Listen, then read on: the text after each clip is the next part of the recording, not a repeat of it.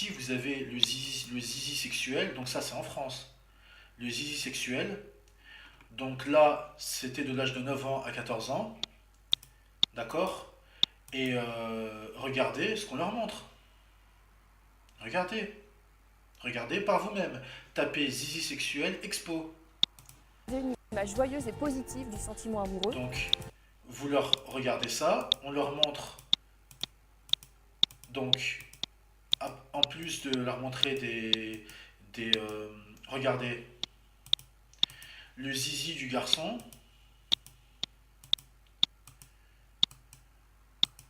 Le zizi du garçon glisse à l'intérieur de celui de la fille. Donc on leur montre avec un dessin, etc. Je répète, le zizi du garçon glisse à l'intérieur de celui de la fille. Je vous remontre l'âge des gamins. On leur montre des images, le zizi du garçon glisse à l'intérieur de celui de la fille. D'accord? Donc c'est ça qui se passe déjà dans certaines écoles en France. Eh ben, on va confirmer par ce qui se passe dans les autres pays de l'Union Européenne. Ici, Allemagne, lepoint.fr. Je ne suis pas en train de vous montrer Sputnik ou Blagi.net. Lepoint.fr. Allemagne, préservatif, position et plaisir au menu des cours d'éducation sexuelle. On parle de position et on parle de plaisir. Dès la primaire. La primaire. Regardez, c'est à des bambins comme ça. On leur parle de position et de plaisir. Apprendre à enfiler un préservatif de la bonne taille sur un concombre à des enfants comme ça. Érection, masturbation, taille du... Éjaculation précoce. Ouais, c'est vrai que c'est très important de lui dire, au fait, ton copain dans quelques années, parce que c'est ça qu'ils leur disent, hein, ton copain dans quelques années, il aura peut-être un problème d'éjaculation précoce, ne t'inquiète pas, ça peut se traiter comme ça, etc. etc. Rentrer chez soi avec 3 paquets de préservatifs. 3 paquets de préservatifs. Là, attendez, ça vient pas de moi ce que je suis en train de dire. Je suis en train de lire avec vous. Lepoint.fr. Rentrer chez soi avec 3 paquets de préservatifs. C'est déjà en train de se passer. C'est pas ils pensent à faire ça. Non, c'est en train de se passer. Alors, donc ils apprennent ceci, cela, mais aussi, les différentes positions. Donc à elle, on va lui parler levrette, missionnaire, je sais pas quoi. On va lui parler de ces choses-là, à elle, hein. Fellation, machin, sodomie, 69. Je fais exprès d'utiliser des termes comme ça, hein. Je fais exprès d'utiliser des termes comme ça. Parce que si vous faites les choquer, en m'entendant parler de ça, eh ben, il vous faut un électrochoc parce à votre fille, à votre fils de 9 ans, on va leur dire ça. Des adultes vont leur dire ça. Vont leur parler 69, missionnaire, levrette, fellation, sperme, ça va parler de ça. À vos gosses de 9 ans, 10 ans. Vous qui êtes adulte, vous avez de la chouma d'entendre un musulman utiliser ces termes-là. Alors moi, je le dis exprès. Moi, je le dis exprès parce qu'on va dire ça à vos gosses de 9 ans, 10 ans. Le moyen le plus sûr de donner du plaisir à son partenaire. Ah oui, non, ça, il faut en parler. Donc elle va venir sûrement, elle va raconter comment elle a fait pour avoir son premier orgasme, parce qu'au début elle avait du mal, donc elle a commencé à découvrir qu'elle était machin, machin, et après son partenaire, il a su comment il fallait s'y prendre, donc à des gamins comme ça, hein. Le moyen le plus sûr d'atteindre l'orgasme. L'orgasme c'est ça, tu ressens ça, machin, etc. Voilà, c'est ça qui se passe en Allemagne. Aux Pays-Bas, il se passe l'équivalent. Au Royaume-Uni aussi. Et ça va venir en France maintenant. C'est ça qui va venir en France. Alors, eux, ils disent, on veut lutter contre les harcèlements faits aux femmes. Lorsqu'à des enfants de 9 ans, on leur parle de position, d'orgasme, et c'est des adultes qui leur parlent de ça. Il y a des associations là, catholiques, elles sont en train de se mobiliser, elles sont en train de sûrement en train de discuter entre elles pour savoir comment ils vont se mobiliser à leur rentrée. Je pense qu'ils vont le faire après Allah Adem. Moi, très clairement, je dis il faut les soutenir s'ils le font. S'ils le font, je dis il faut les soutenir, même s'ils ne sont pas musulmans. Ils s'étaient mobilisés pour le mariage pour tous, ils n'ont pas réussi à le faire reculer, mais peut-être que pour les enfants, ils vont se mobiliser encore plus. Voilà. Ça, c'est le premier point. Deuxième point, n'attendez absolument rien du tout des institutions dites représentatives des musulmans. N'attendez rien de ces gens-là. Ils ne s'intéressent à la politique et au sujet de société que pour nous appeler à faire du shirk akbar, pour aller voter pour leurs intérêts. À eux, leur mosquée de la République, où on enseigne l'égarement lointain, où on emmène les gens vers les portes de l'enfer. Ces mosquées à 4 millions d'euros. Donc ça, c'est leurs intérêts et leur business, leur gamelle. Il n'y a que ça qui les intéresse. Ils parlent de politique de société que pour nous appeler à faire du shirk akbar pour leurs intérêts. Donc eux, ils vont pas lever le petit doigt. Ils avaient pas levé le petit doigt pour l'histoire de la théorie du genre. Farida Belgoul, elle a été obligée de prendre le micro dans le couloir du Bourget pour sensibiliser les parents. Et finalement, elle a réussi à faire reculer le gouvernement à l'époque, alors qu'elle a été jetée par les musulmans, par ces institutions de merde. Et je le dis très clairement, l'UOIF et compagnie. Elle s'est fait jeter. Pendant que Tariq Ramadan et Tariq Oubrou, ils étaient là, dans des salles de conférence, en train de raconter leurs conneries, en train d'égarer les gens vers les portes de l'enfer, elle était dans le couloir avec un vrai combat. Et finalement, qu'est-ce qu'elle a fait? Elle est partie rejoindre les catholiques. Vous voulez qu'elle fasse quoi? Les associations musulmanes l'ont jetée. Ils l'ont traitée comme une moins que rien. Ils l'ont laissée par le couloir. Donc elle est partie voir les catholiques. Parce que c'est eux qui se sont bougés. C'est eux qui pensent à leurs enfants. Les autres, ils en ont rien à foutre. Ils pensent à leur mosquée de la République et ils pensent à leur gamelle. C'est tout. Et faites du shirk, il n'y a pas de problème, mais garantissez notre intérêt. Al-Maslaha. Al-Maslaha, c'est notre mosquée de l'égarement, notre mosquée de la République. Eux, n'attendez rien d'eux. La solution, si solution il y a, à part les mobilisations qui vont sûrement avoir lieu par les associations catholiques, et peut-être des musulmans qui les rejoindront, mais ça sera sûrement pas des musulmans, des imams ou des imams de la République ou des gens de ces institutions-là. Ça sera sûrement pas ces gens-là. Ça sera des gens, des citoyens normaux, des gens comme moi, des gens comme vous, donc qui se mobiliseront éventuellement, qui se joindront avec les associations catholiques pour lutter contre ça. Et peut-être qu'ils arriveront à faire reculer le gouvernement. Moi, personnellement, je ne le pense pas, mais on ne sait jamais. Ça dépendra de l'ampleur de la mobilisation. Si mobilisation il y a, mais sinon, la solution, c'est très clair, elle est individuelle. Elle est hijra. Et venez pas dire, oui, mais Hijra pour quitter la France, pour aller dans Dar el-Koufr en Tunisie. Un Sepsi, il a avoué que la Tunisie est un Dar el-Koufr. Le Maroc et l'Algérie, ce sont aussi des Dar el-Koufr. Mais les dirigeants n'ont pas eu le courage de dire publiquement devant les caméras que oui, en fait, effectivement, vous ne le saviez pas, mais la constitution que nous avons approuvée et sur laquelle nous œuvrons, c'est une constitution qui décrit un Dar el-Koufr. On n'est pas un pays musulman. Désolé de vous le dire, vous n'aviez pas lu la Constitution, et ben je vous le dis. Ils n'ont pas le courage de dire ça. Il n'y a que ces psys qui ont eu le courage de dire ça. Il n'y a que ces psys qui ont eu le courage de dire ça. Et ben les autres pays, c'est la même chose. Il y en a qui vont dire, oui, mais ça sert à rien de quitter Dar el-Koufr de France pour aller à Dar el-Koufr de Maroc ou en Algérie ou je sais pas où.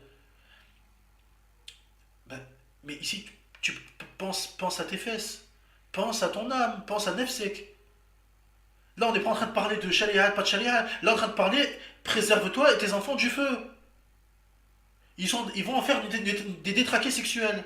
Préserve des gens qui trouvent que les homosexuels, finalement, c'est pas mal. C'est pas si mal que ça, ils sont sympas. Et quand ils vont voir que dans les textes, qu'est-ce qu'on fait aux homosexuels, mais vous croyez que ça va pas leur faire un bug au cerveau? Mais il y en a qui vont apostasier avec ça, moi je vous le dis. Ils vont dire, mais c'est pas possible. Moi, ce que je vois comme quelque chose de bien, Allah, il le voit comme mal. Et comme un mal très sévère. Et moi, ce que je vois comme mal, Allah, il le voit comme un bien. Vous croyez que ça va pas avoir d'effet sur la foi des gens, ça? Quand ils vont découvrir les textes. Et en plus, vous parlez même pas de vos religions à vos enfants, pour la majorité d'entre vous. Parce que vous rentrez chez vous, vous faites autre chose. Et vous laissez vos enfants jouer, après ils vont dormir parce que le matin, ils doivent aller en cours. Vous ne compterez même pas ce qui se passe. Donc c'est très clair, c'est la hijra pour sauver vous-même et vos enfants du feu. Et hijra pas pour aller en Allemagne, hein. On a vu ce que c'est que l'Allemagne. Pas pour aller en Suède, c'est encore pire. La Suède, théorie du genre, etc. C'est encore pire. Pas pour aller au Royaume-Uni. Au Royaume-Uni aussi, ils font ça, ne vous détrompez pas, hein. Il y a aussi ça au Royaume-Uni, hein. Au Canada, c'est pareil. Ils me ramènent même des queers carrément. Donc là, quand je parle de hijra, c'est quitter les pays occidentaux pour aller dans les pays conservateurs. Voilà. Je parle pas de, je dis pas pays musulmans, je dis pays conservateurs. Parce qu'au Maroc, ils feront jamais des trucs comme ça. Jamais. Au Maroc, en Algérie, en Tunisie, aussi laïque et aussi démocratique que sont ces pays-là, ça passera jamais de la vie, ça. Et je vous assure qu'il n'y en a aucun d'entre eux qui s'aventurera à faire ça. Aucun. Ni Sissi, ni personne. Ils s'aventurera à faire ça. Ils le feront pas. Donc, ok, ils iront pas dans les grandes universités, mais au moins ils en feront. L'objectif de l'éducation nationale de ces pays-là, c'est pas de faire de vos enfants des pervers et de faire de vos filles des détraqués sexuels. Donc il y a ça, pour ceux qui. Il y a la solution de la hijra. L'autre solution, c'est de pas mettre ces enfants dans les écoles publiques en France, c'est tout. Et donc, pas mettre les enfants dans les écoles publiques en France, ça veut dire deux choses. Soit l'éducation à domicile, soit les écoles privées hors contrat. Voilà, c'est tout. Voilà, aussi simple que ça. École privée hors contrat, pas forcément confessionnelle.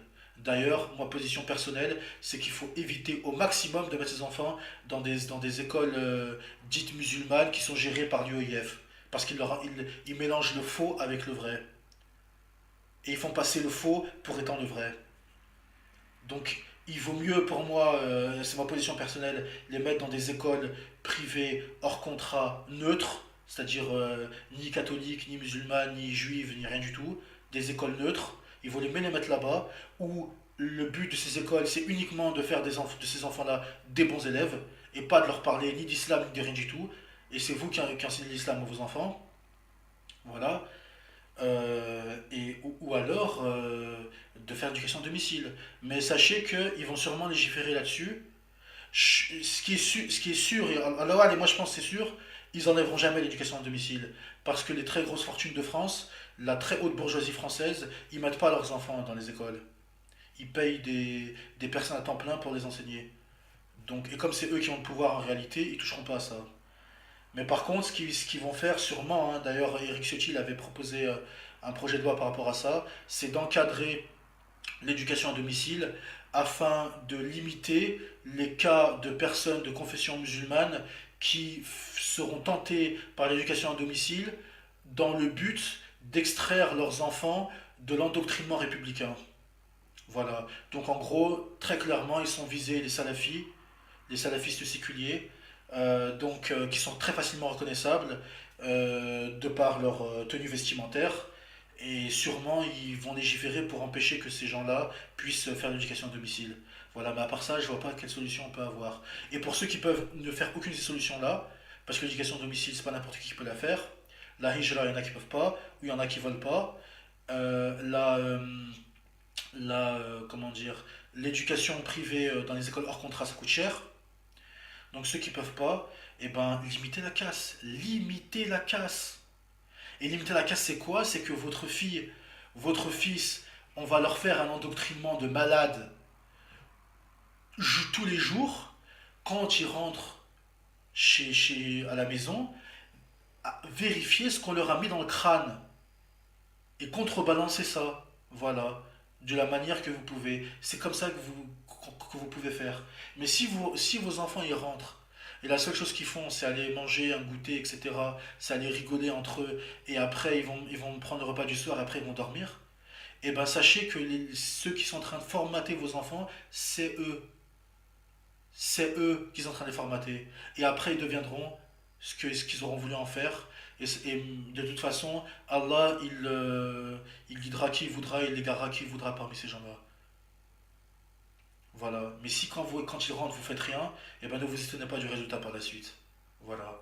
Donc essayez de regarder ce qu'on leur a veillé à l'éducation de vos enfants. C'est pas juste contrôler les notes qu'ils ont eues. Discutez avec eux, n'ayez pas de chouma. Si eux ils ont fait des cours d'éducation sexuelle et qu'ils te disent voilà, on m'a parlé de éjaculation, de plaisir, de missionnaire, de levrette, on m'a parlé de ça, et ben il vaut mieux que toi